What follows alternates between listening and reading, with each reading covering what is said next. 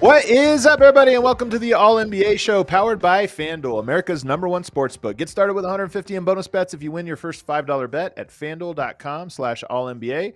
I'm your host, Adam Mares, and I am reunited after several days off with my co-host and star of the show, Tim Legler. Legs, how you doing today?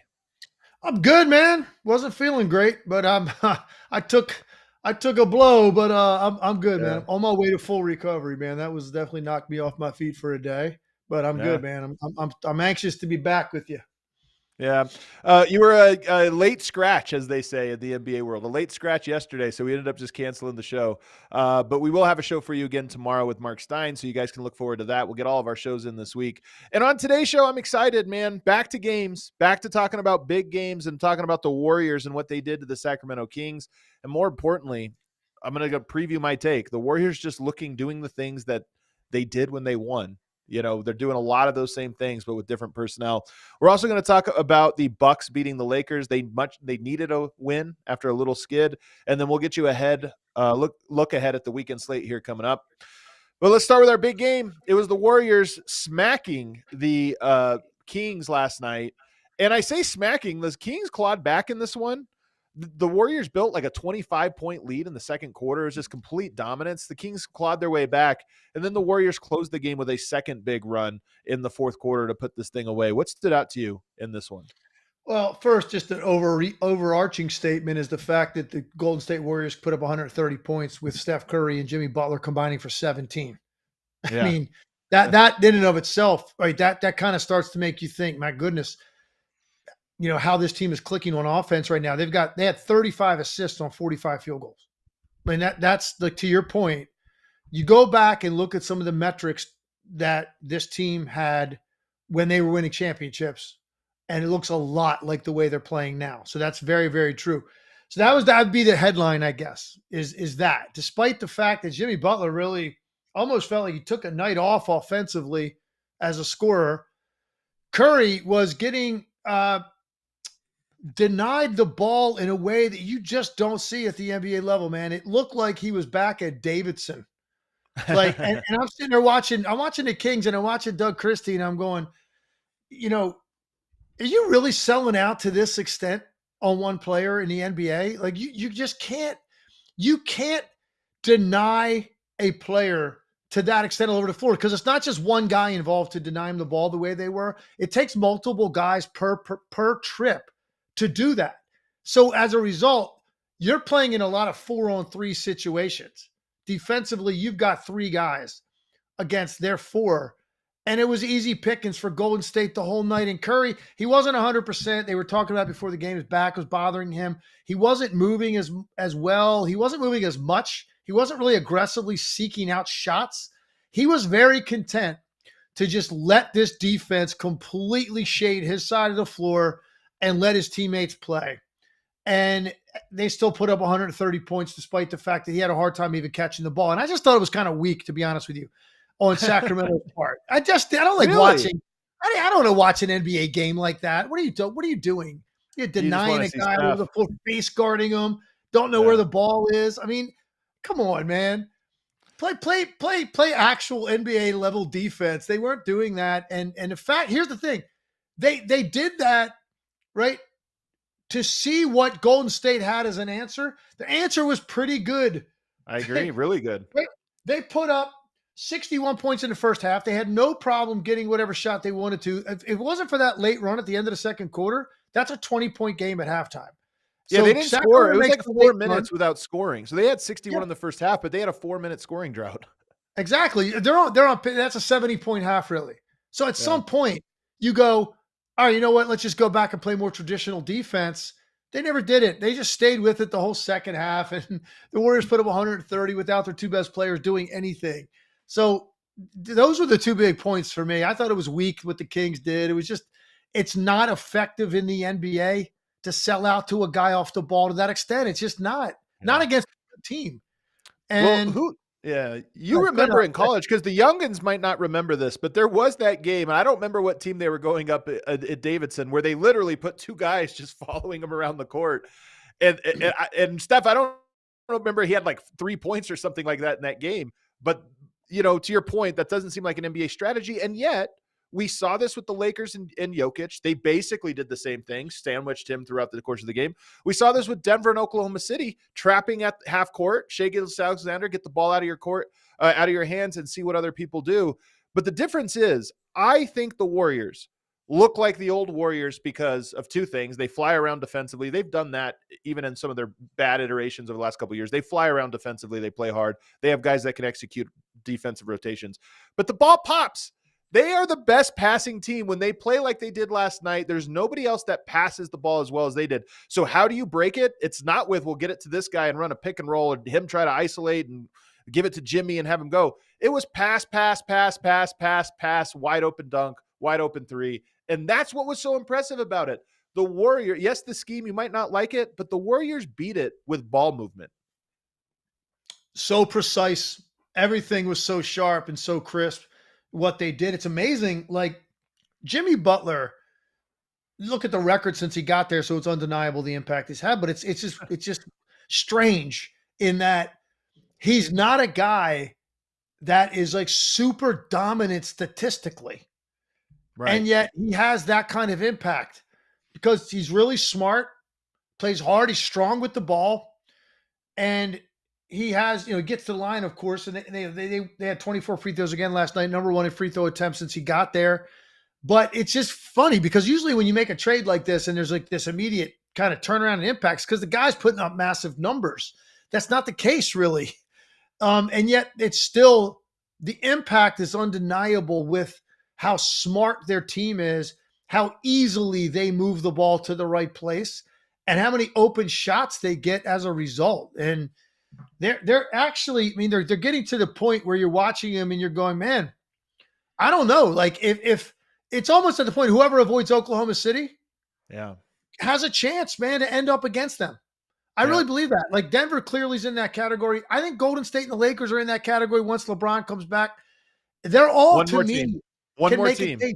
Who's that? Minnesota, who just smacked Denver in their own building by 30 points, completely dominated. They're on a 6-game, I believe, win streak right now.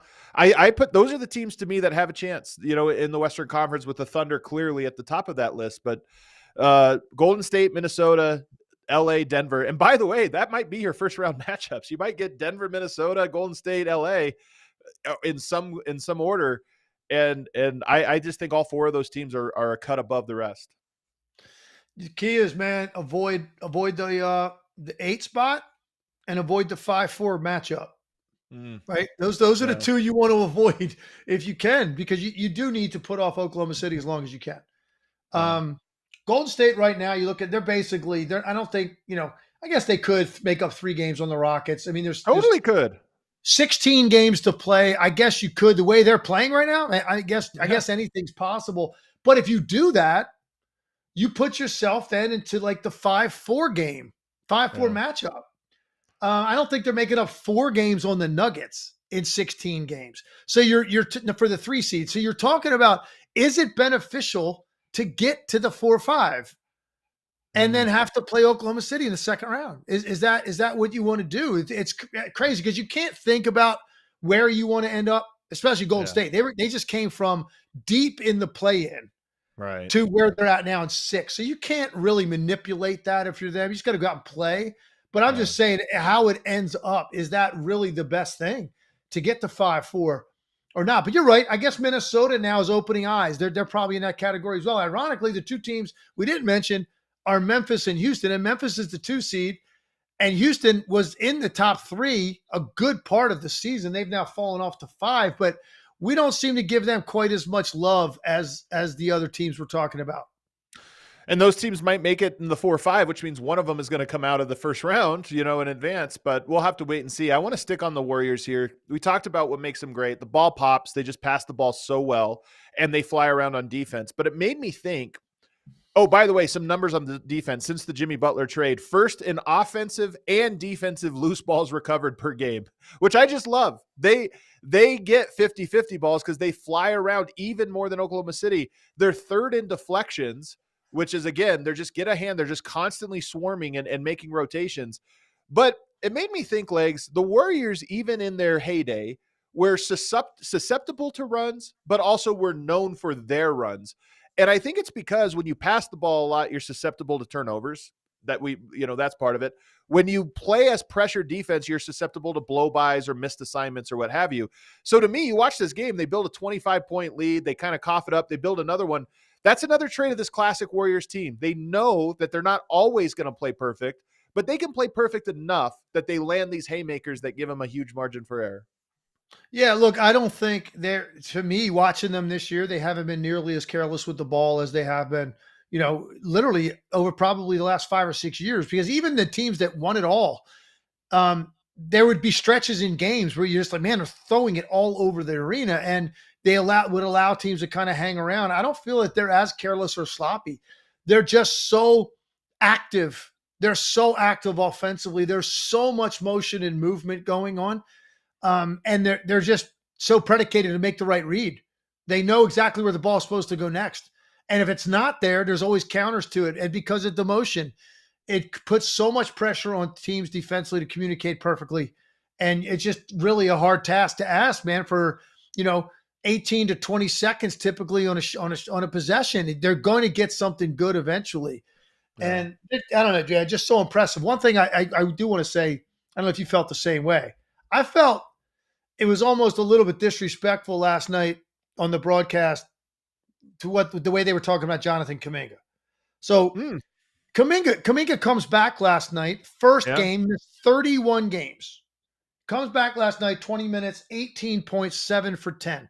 Jonathan Kuminga is their third best player, offensive player, and by a mile. So you've got Curry, Butler, Kuminga. And then there's a significant drop-off. You get whatever you get on a given night from Draymond Greens of the world and Buddy Hields and Moses Moody's right, Quentin Post.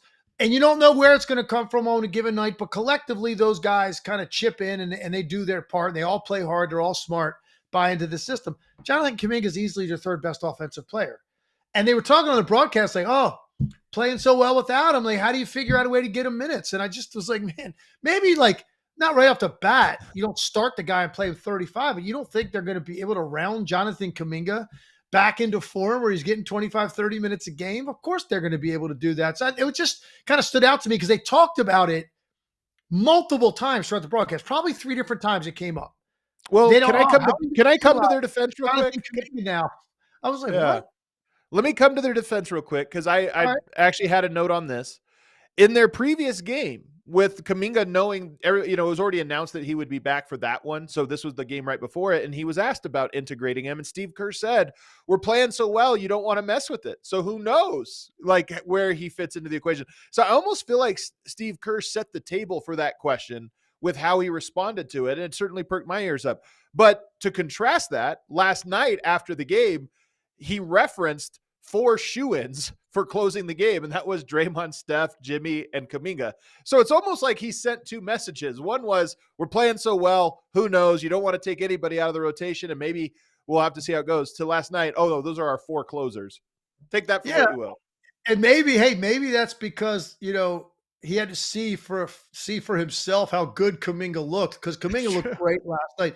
And by the way, it goes back to my point, all along with these guys, like, when guys go out and they get hurt and they spend time out, like they don't come back nowadays until they're like 100% ready, right? Yeah. So, because you shouldn't look as good as he did physically. He shouldn't have been in that kind of condition. Like athletically, he looked great. And you're just like, wait a second, this guy been ready to go for like 3 weeks or something? Like what's going on? That you step on the court and it looks that effortless, because it did to me, looked effortless to him last night. He represents something they desperately need, man. They need the bigger, more athletic forward that can make plays just athletically that all Yeah. of those other guys can't make. And so to me, it's an easy fit, an easy find.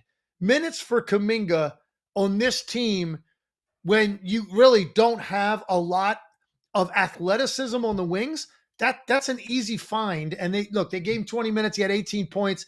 I think Jonathan Kuminga is going to be a major factor for them. It does nothing but make them better, make them more relevant, and make it more believable that at the end of the day, they might have a conference final run in them, because I do think it's open to them. Me too. And you watch them now, it's just everything reminds you of the teams that were winning at a high level. That's exactly what you said to start this, and you're 100% right. It's got the same exact feel and vibe to it. When it felt like at times over the last few years, they were hanging on for dear life every night, just hanging on. Not deep enough, not big enough, not good enough defensively. And now you look at them and you go, man, this kind of looks familiar. This looks a lot. Now, I'm not saying they're going to win a championship, because they're just better teams than them right now. But it doesn't mean that they can't make it very interesting with a deep run. Yeah. And back to the Kuminga point, who he reminded me, because he had a great fourth quarter. He played, I think, 2 stints. The first one, he did good stuff as well. But the second one, he had these dunks in a row, basically, to punctuate the game. And it almost reminded me of Aaron Gordon with the Denver Nuggets, because it was a lot of, you're in the corner, Steph Curry, Draymond are compromising the defense over there, running pick and rolls and dribble hands off, defense is overloaded.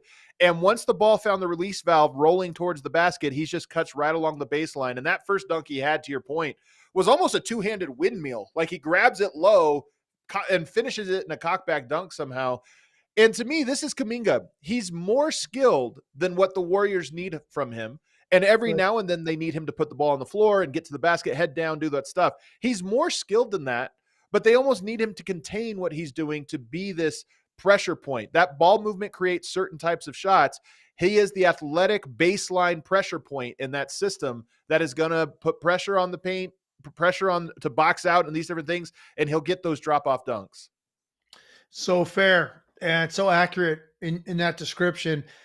So look, it's kind of amazing they're playing this well. They didn't have him for this run. Butler's already made that kind of impact. And now the other thing Jimmy Butler's going to do for a guy like Kuminga, if there's one thing about Kuminga that I think I sometimes could criticize him for, I don't know that he necessarily has the greatest feel for the game, right? His instincts, making the right reads and decisions at the right time. I think that's actually something Jimmy Butler can help him with as well. And I was hearing that even from the time he got there, he and Kuminga were having conversations. He really kind of taken him under his wing because he's seeing the potential in him. So to think that they've played this well over the last month without him, and now you add him to the mix, this is going to be a fun ride for Golden State the rest of the way. The other thing I like about them, and I always think about this when you go into the playoffs, how many negative defenders do you have on your roster? I think Buddy Hield's a negative defender. He competes, he does different things, but he's a weakness. Steph Curry has been at this a long time, but we know you have to do some things to cover for him, even though he can hold his own and knows what he's doing as well. But they don't have, everybody else can guard, and they roll out these lineups. First of all, I don't know if you knew this stat. They've had 35 different starting lineups this year. 35. Second most in the NBA, right? I think behind Philadelphia, who obviously that makes a lot of sense. It makes sense for the Warriors too, but 35 is insane. That's almost a new lineup every other night. And then that's actually more than every other night. You have a new lineup. But they can roll out. They start with Steph, Dre, and Jimmy on the court together. You go to Steph and Kuminga together. You go to Dre and Jimmy together. Then Dre, Steph, and Buddy. Then Steph, Jimmy, and small ball. They have all these different lineups. They know who they are and how you execute their system with the different combos of players, but it's all different. And to me, that's part of when I look at a playoff team and say, does it make sense? They can roll out 48 minutes that every lineup they throw out there presents some kind of problem and can solve problems. And that to me is why I'm buying them. I'm buying the Warriors as a legitimate team to come out of the West, or at least to compete with all of the teams we believe can come out of the West. Yeah, I thought my boy Chuck Barkley put it well last night when he said he has a very difficult time telling you who the second best team in the Western Conference is. We all know who the best team is. So, and I agree. I think there's nights you watch Denver, Golden State. I don't know if I'm quite ready with Minnesota yet, but I hear what you're saying. They're definitely coming. They're right there, I'm and they're there. they're they're playing great. Like something is clicking with them. Their defense the other night was dominant, Yep. dominant. So I'm looking at them. I see what people are saying. I see why they would think that. The Lakers, obviously, the way they were playing before LeBron got hurt, I have a hard time figuring that question out myself. But Golden State is absolutely in that conversation, and I can't believe I'm really saying that based on where they were 2 months ago. Yeah. And now you're looking at them and you're thinking, man, they potentially could win a couple of rounds in the postseason. I think it's possible. Yeah. The last guy I want to ask you about, we got to talk about the post, man. Quentin Post. This guy, man, here's the thing. Here's the other thing. So I talked about not having a ton of negative defenders. They have all guys that know how to play. Is Quentin Post a great player? I don't know, but he knows how to play. They play a complicated system. He's willing to take shots he's a stretch big. He's willing to take shots and he knocks them down. And then he just reads and reacts to what's going on. He's a very good read and react player. And that's what you need in that system. So to me, I know teams will look around and say, Quentin Post, that's all they got for a big man. Kevon Looney behind him. They're too small. He knows how to play. And you're counting on Jimmy Butler and Draymond and Gary Payton and all these other guys to cover for him in different ways. But he knows how to play and where to be. I like him. He's been such a revelation, man. This guy, he came right out of the gate having some big games, and you're hearing the name, and I'm like, who's this Quentin Post guy? So you start watching. So impressed. Super smart. His shooting ability is what stands out. I mean, what he can do now is a stretch five, which is something that Steve Kerr was very adamant about the organization target going into the trading deadline for specific reasons. When you have Trace Jackson Davis or Looney or Draymond playing the five, if they go small, and you're talking about other teams putting their center basically standing back in the middle of the lane, not having to guard those guys, how difficult it made freedom of movement for Steph Curry, even because of the extra traffic in the paint, how much harder it was for any of their wing players to get to the rim on their backcut or to split action because there was always a center under them waiting on them.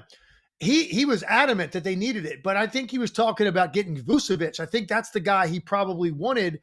This is a pretty good replacement if you can't get Vucevic. I'm not saying this guy's as good as Vooch.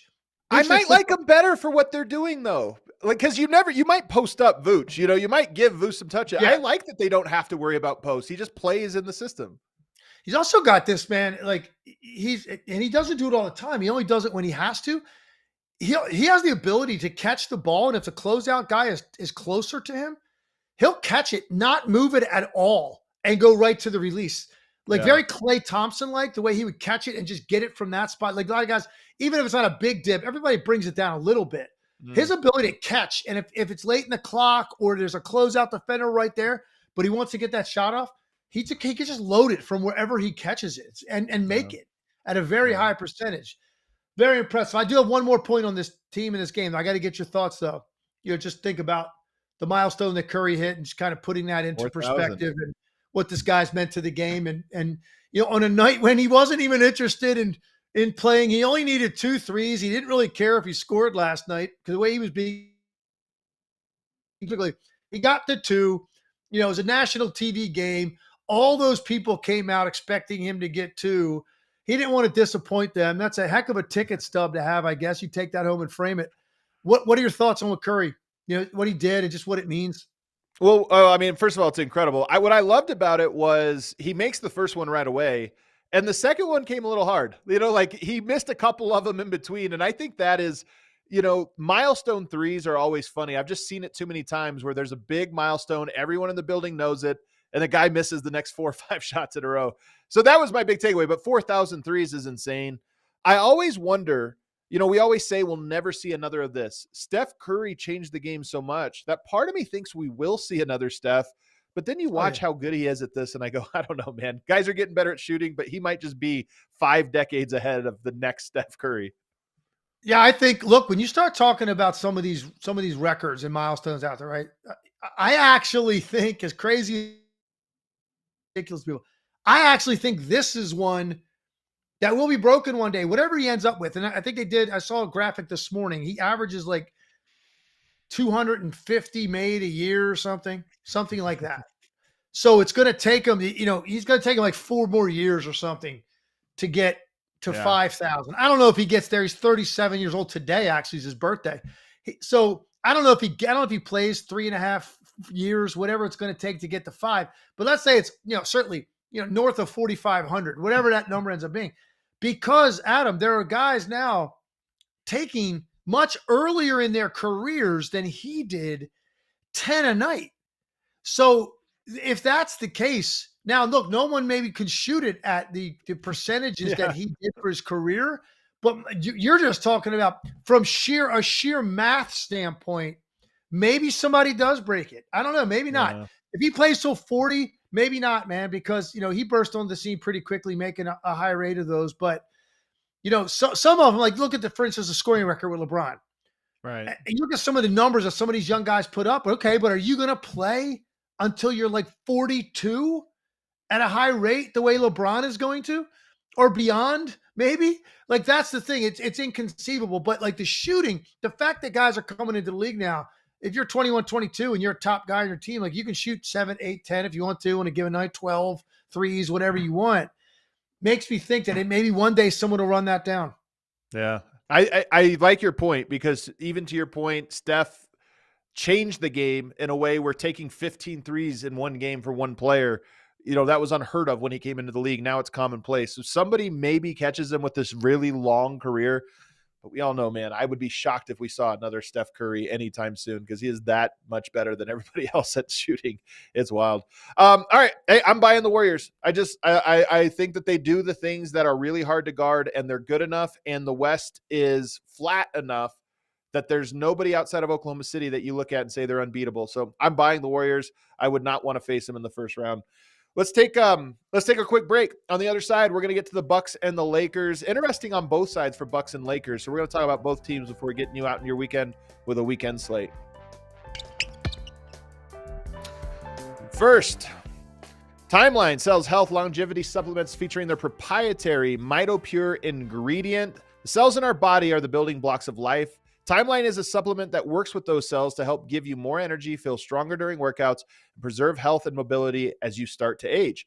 The patented ingredient is MitoPure, a postbiotic nutrient that clears our dysfunctional mitochondria, aka your cells' battery packs. A lot of science here for you guys. I'm going to act like I'm a scientist. With regular use, you'll see and feel the difference in the form of improved energy levels, better workouts, faster recovery, more endurance, and more. MitoPure recharges your cells and helps your body system to work better. MitoPure is the only supplement clinically proven to rejuvenate health at the cellular level.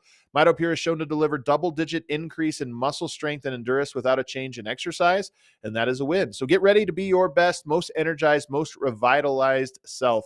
Right now, Timeline is giving you 10% off of your order of MitoPure. Go to timeline.com/allNBA. That's timeline.com/allNBA to get started today. It's really easy, and you can use that code AllNBA when you check out. Also want to tell you guys about Monarch Money. I just filed my taxes this last year. Tell me if you've ever gone through this.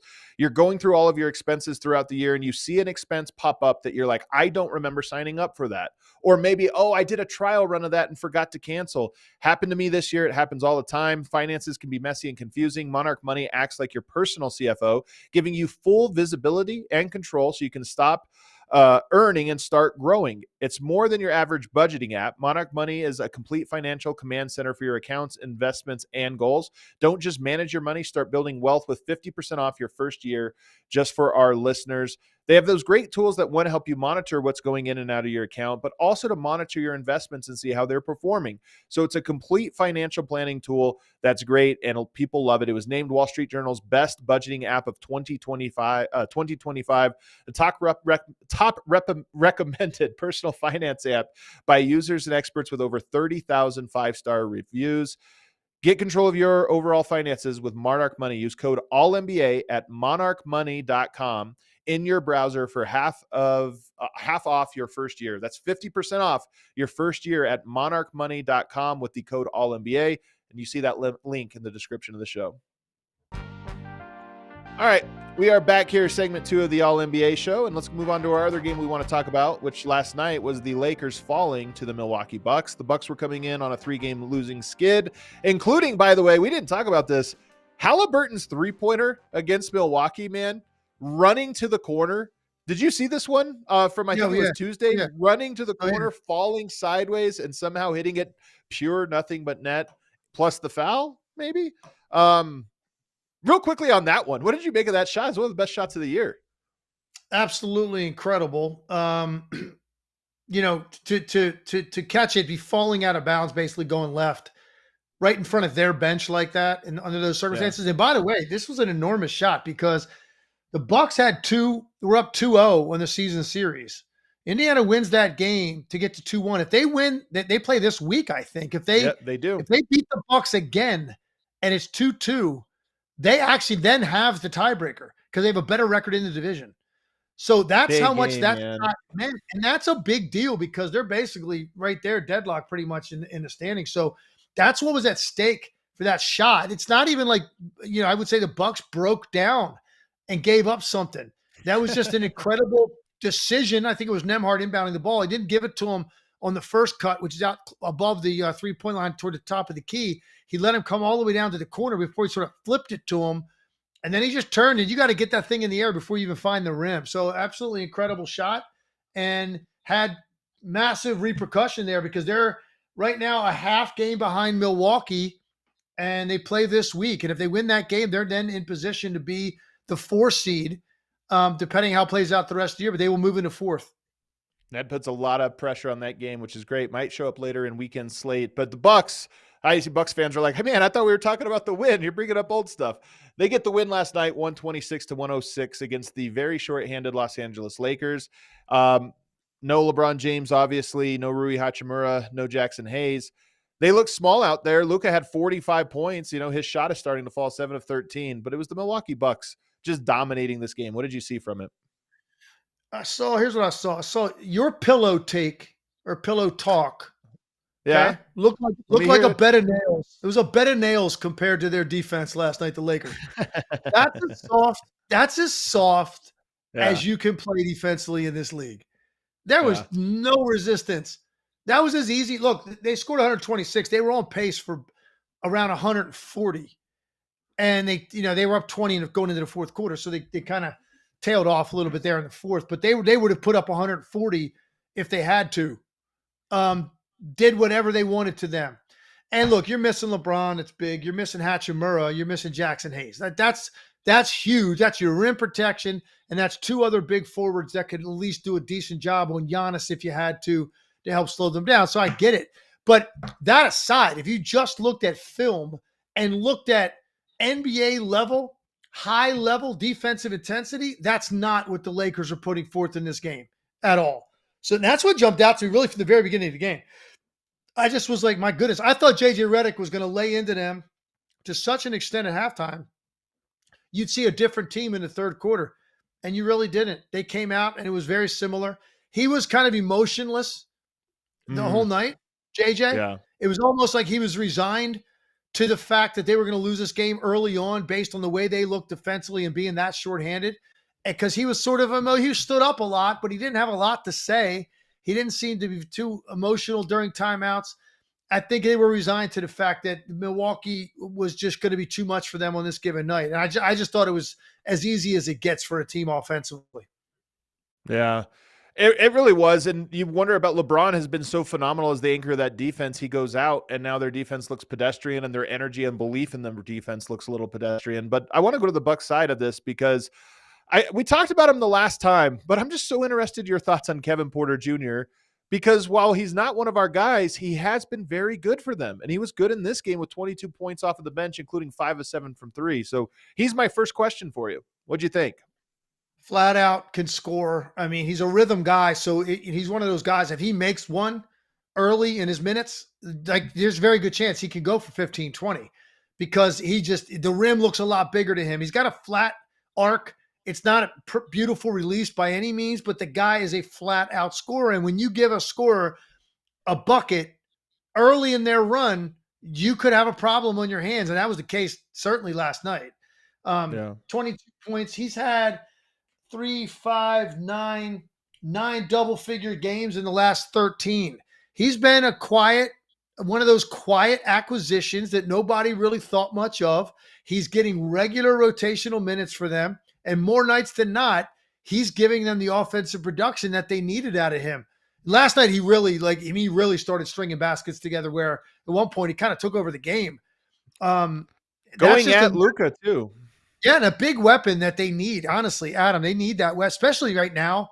Without Bobby Portis, like you need that Right. extra offense to come from somewhere, and he's been giving it to him most nights. Yeah.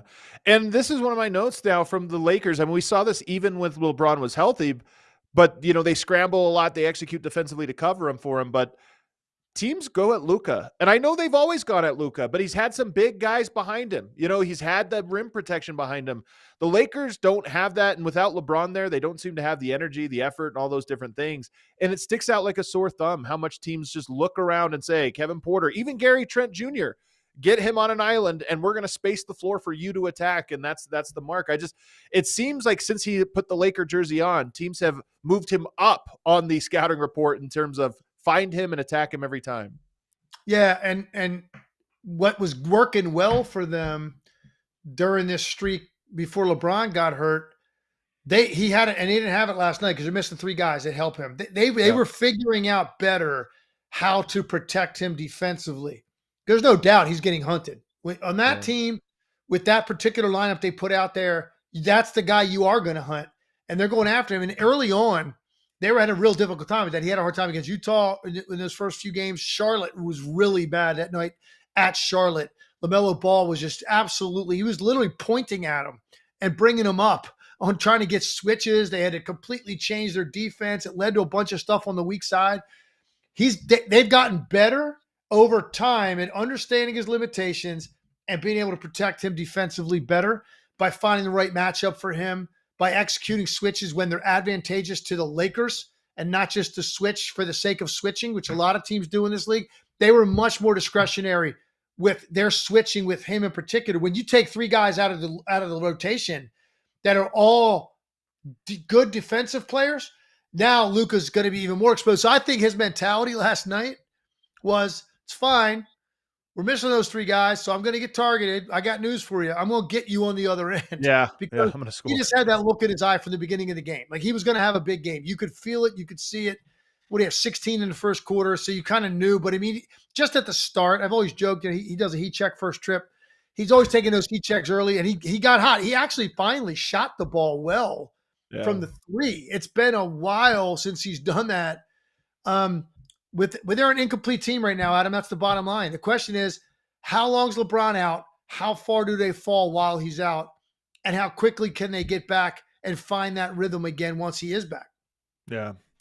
The other thing I wanted to ask you about, the only thing I have for this, other than I want to talk about their upcoming schedule here in a second, Milwaukee, Giannis, 24, 12, and 9, a near triple-double. And a lot of shots outside the paint. Like, that's one of the stories this year is he's willing to take them. But the Lakers have consistently altered their defense for big players and said, okay, we're going to make this adjustment. We're going to pack the paint. We're going to wall it off. But he is one of those guys that even when you do that, he still finds a way. I know he shot below 50%, but he still finds a way to get these and ones and dunks at the rim. It's just Giannis and the Bucks have been a little under the radar this year, but when you see him dominate, the way that he did in this one, you're like, you're just always reminded that this guy can break any defense. You know what I saw last night too? And I can tell you just from experience, officials get caught up in the tone that a team is setting. And I think the officials got caught up a little bit in how soft the Lakers were playing because Giannis was absolutely throwing people around with his off arm. Like he about 3 different times. He had one and one that was a nice little. Yeah, I mean, he's just tossing these guys out of the way and just running over them. And everything was either a no call or he was drawing the foul. And I think that the officials kind of got caught up in it, man. The Lakers are going to play that passive defensively. Then they're going to let Giannis get a little bit more aggressive with his moves. And he was able to do that. Yeah, I mean, he showed you again, like the physical dominance. That was a very good all-around performance from those guys last night in every way, but particularly offensively, very, very sharp. Yeah. So the Bucks are an interesting team, man. We haven't talked about the Bucks much at all this year. Yeah. It's been on Cavs and Celtics. And of course, the Knicks get a lot of attention. And then you got the Bucks just sitting out there with Giannis Antetokounmpo and Damian Lillard, and they're going to get Portis back eventually. I'm not saying that, they're necessarily somebody could beat Boston or Cleveland at him, but I mean, when you start looking beyond those two teams, they have as much of a claim to the third best team in East as anybody. Well, first of all, dangerously close to pillow talk from you right there that Giannis is being a little too physical with these guys. Dangerously close, James. We're not gonna count it, but it was dangerously close. No, that doesn't count because I was complimenting him. Really, I wasn't That's even. right. No, I really was. That was a shot at the Lakers more than anything. My finger's on the button, Adam. I'm ready. All right. Pull it off. He rebounded nicely there. But speaking of like talking about them, we're going to talk about them a lot over the next 3 weeks because here's their upcoming schedule, legs. They do play Indiana next tomorrow. Then they have Oklahoma City on the second night of a back-to-back at Golden State, at LA Lakers, at Sacramento, at Phoenix, at Denver. And then they come home and play the Knicks, who, by the way, if they win a bunch of these games coming up, they'll be within range of the Knicks. And that'll be a big one as well. So all of those games I just listed off, and I think it's 8 of them, they will either be underdogs or pick'ems in all of those matchups. So this is there. Every team has this little gauntlet stint between now and the end of the year. This is theirs. Tough time of the year for a 5-game trip, man. You know, you go on a 5-game West Coast trip, right? Yeah, late March. LA, Sac, Phoenix, Denver, Golden State, LA, Sac. So the 3 California teams, Phoenix and Denver. That's a tough trip. And I think actually would maybe be the perfect litmus test for them to tell us how serious they are. Like that's because I look at their schedule. There's only 3 games on their schedule the rest of the year against teams that are kind of just an absolute flat out mess and not playing for a lot. And that's Philadelphia and 2 at New Orleans. And that's it. Every other game they play is against a team that's either good or a team that's still fighting and showing some fight to try to either make the play-in or whatever it may be. But so their schedule is definitely going to be challenging the rest of the way. It could tell us a lot about them. Yeah. All right, let's go to our weekend slate, shall we? We got the weekend slate. This is always presented by FanDuel, America's #1 sportsbook. Get started with $150 in bonus bets if you win your first $5 bet at FanDuel.com/AllNBA. Not as many good games over the weekend as we've been seeing, but we got Lakers at Nuggets, Cavs at Grizzlies tonight. Lakers at Nuggets might have the wind out of their sails. It's the end of a 5-game road trip, second night of a back-to-back. They're shorthanded already. I would not be surprised if the Lakers punt on this one. They might not, but they play each other again next week, so maybe you look at it. But that game was supposed to be good, but we still get the other one, legs. Cavs at Grizzlies. Yeah, I know. I was thinking, you think about going into this time of the year, Lakers Nuggets twice in a week. If the Lakers are at full strength and still playing as well, those are 2 of the top games really in the league, probably this season. But as they are so shorthanded, that's going to be difficult. Unfortunately, not going to say. You're right. They might. I don't know. I'm curious to say against the Nuggets. Like, Luka expended. I was actually surprised they put Luka back in the game last night and left him in the game for a while in the fourth quarter. I thought that was kind of strange. Like that they weren't winning that game, and it was pretty obvious. So maybe I thought he was going to take off the whole fourth quarter and set up tonight, like just keep him a little bit more fresh. The fact that he played like 6-7 minutes in the fourth quarter, meaningless minutes, really surprised me. Yeah, I don't know if he'll play. This is a double bounce back spot, though, for Denver. One, they got blown out on national television against the Minnesota Timberwolves, absolutely bullied in that game. But also, they're coming off of getting bullied by the Lakers 2 weeks ago. So they have 2 sort of bounce back spots for them tonight on their home court. So do the Lakers show up and play their guys or not? I'm guessing not, but we'll find out. That Cavs-Grizzlies game, though, should be good. What else, James? We got a good Saturday. Pull it back up again. Thunder at Pistons is great. Young teams. Pacers at Bucks. This is the one we were talking about. Knicks at Warriors could be good. They're a little shorthanded now, but Pacers at Bucks, to me, is the best game Saturday, and it's for all the marbles, as you were saying, in the tiebreaker category. 3 good ones on Saturday, man. Thunder Pistons is great, although the Pistons had a brutal loss to the Wizards the other night, which is just not something they've been doing. Like they show up every night and play. They don't lose to teams like that. So that was a little bit of a tough one for them.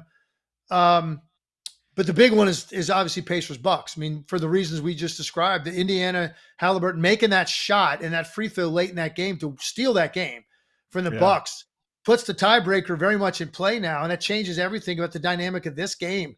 And what it means for both of these teams. And they've had a little bit, right? It's weird to think, but the Pacers Bucks, a little bit of a rivalry there, man. You go all the way back to playing in the in-season tournament and the stuff with Giannis and the game ball Wait, when they robbed him of the game ball and he freaked out, lost his mind when he scored. What was that? I forget the circumstance of that game. He scored like 60 points or something. And they took the ball from him and he had to hunt it down. And then you had the game winner this year. They met in the playoffs last year, right? And the Bucks were completely melted down physically. Is this a rivalry? Let's go. There's something there, man. There's something in the air when these two teams play. Oh, man, we're going to be talking about that game on Monday for sure. And then Sunday slate, pull it up again here, James, so I can have a look at it. Thunder at Bucks, so they have a back-to-back, and then Magic at Cavs. Could be interesting. Mostly it's that Saturday slot. Magic at Cavs, though, you're going to have to watch on mute. Turn that one on and turn it on mute. Not if you want to learn promo. Not if you want to learn something, man. No, I'm kidding. Of course, legs on the call there, man. Seriously, that game, I'll be in Cleveland Sunday calling that game on ABC. I haven't seen them this year. I haven't seen the Cavs. Oh, really? I've seen every team in person that you need to see that potentially could make a deep run. I've seen them all except for the Cleveland Cavaliers. So I can't wait. And Orlando, Orlando, their season was a little bit derailed by these injuries and Suggs being out's killer, but they're still playing and fighting hard, and they still have Banchero and Franz Wagner. They're still a team I like watching, so hopefully we get a good game. But I'm just really interested to see this Cavs team, who are one of the, if not the deepest team in the league, and they have this incredible balance in their lineup with guard play and bigs and shooting. They got a little bit of everything, so I'm really looking forward to that game. All right, we got a couple super chats I saw come in here, James. People were super chatting here on a Friday. Nick Brown writes, I'm sure Adam doesn't want to appear to be too much of a homer, so I'll ask Legs on Adam's behalf because I'm dying to hear. What was it like witnessing in person that 31-21-22 game by Jokic last week? Yeah, you were in attendance for that. So I'm going to tell you, I'm going to give you like an analogy here. So when you're calling the game, you're sitting there. The screen that has the stats on it that I'm supposed to be referencing when I need to. The print is so small to monitor, I can't ever read it. So I have this giant iPad that I have, and I set it up in front of it, and there's an app called Courtside. You go to that, and the numbers are a lot bigger. You can get to the stats a lot faster. And the reason I bring that up, so that the box score is pulled up, and it's literally like watching Jokic's stat line is like watching like a stock exchange ticker. Like those numbers are just constantly moving, man. They never stop the whole game. It's just like it keeps going and keeps going. Incredible. Like I was so lucky to be able to call a game that's that historic.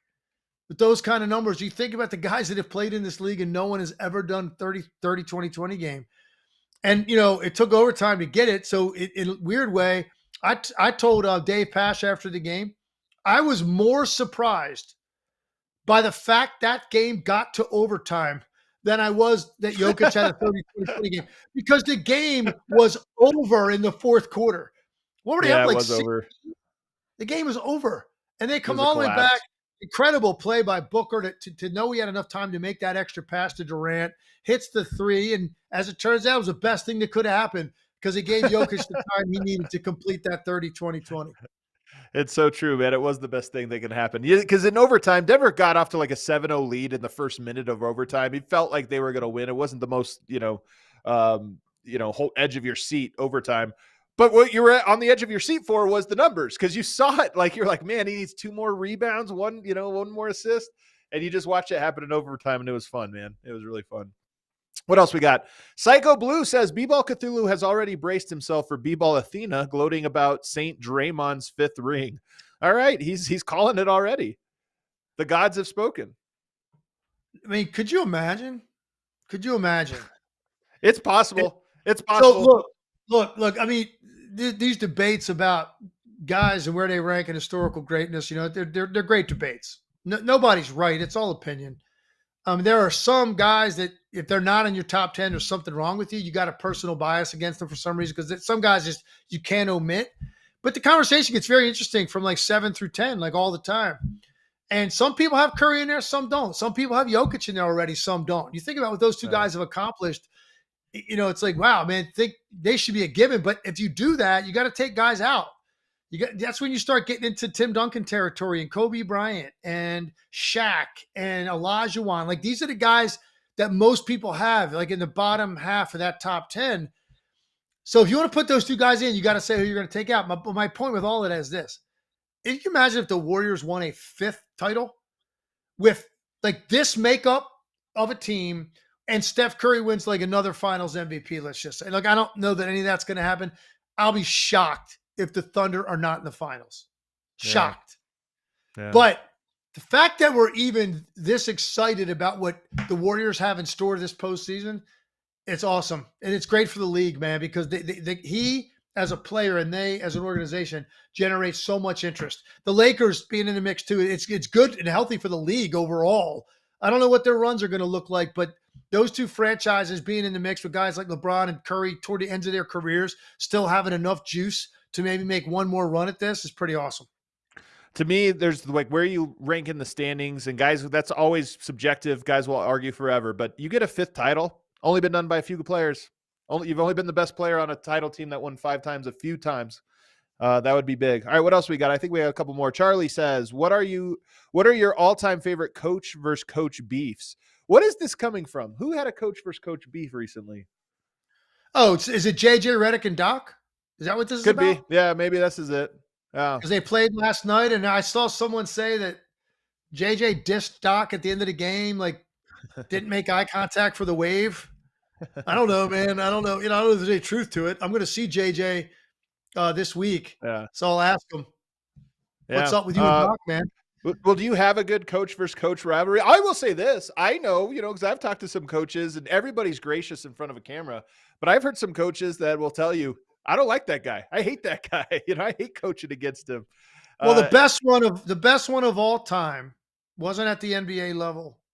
It was a college level. And it was John Chaney at Temple University, the legendary John Chaney, back in those teams, that were great in the 80s, and John Calipari. And do you remember? No. If you don't know what I'm talking about, Google it. He tried to physically get him and said, "I'm going to kill you, MFer," and ran at him as Calipari came into the press conference. He was coaching at UMass. Yeah. And Chaney was at Temple. And so he was finishing his press conference, Chaney, and Calipari walked in because he was going to be next up there toward like the back of the room. And Chaney had to be grabbed by like multiple people to keep him from getting to John Calipari to kill him. And he told him he was going to kill him if he got to him. Those old school college basketball rivalries are just different. We have any more, James? That was it? That's all for the day. All right, hit that outro music for you. We appreciate everybody hanging out with us this week. I know we went on a long break there without legs. Thought we had a great show on Tuesday with Mark in his stead, but we will have a show with Mark Stein that pops up for you tomorrow. We're going to be recording it this afternoon. We'll be publishing that one, so you do get a little extra one over the weekend. But we will be back on Monday, barring illness, injury, virus, whatever it is that attacks. We will be back on Monday and some good games to talk about. Thanks for tuning in, everybody. Make sure you're subscribed everywhere, podcast apps, as well as on YouTube, and hit that like button for us on the way out.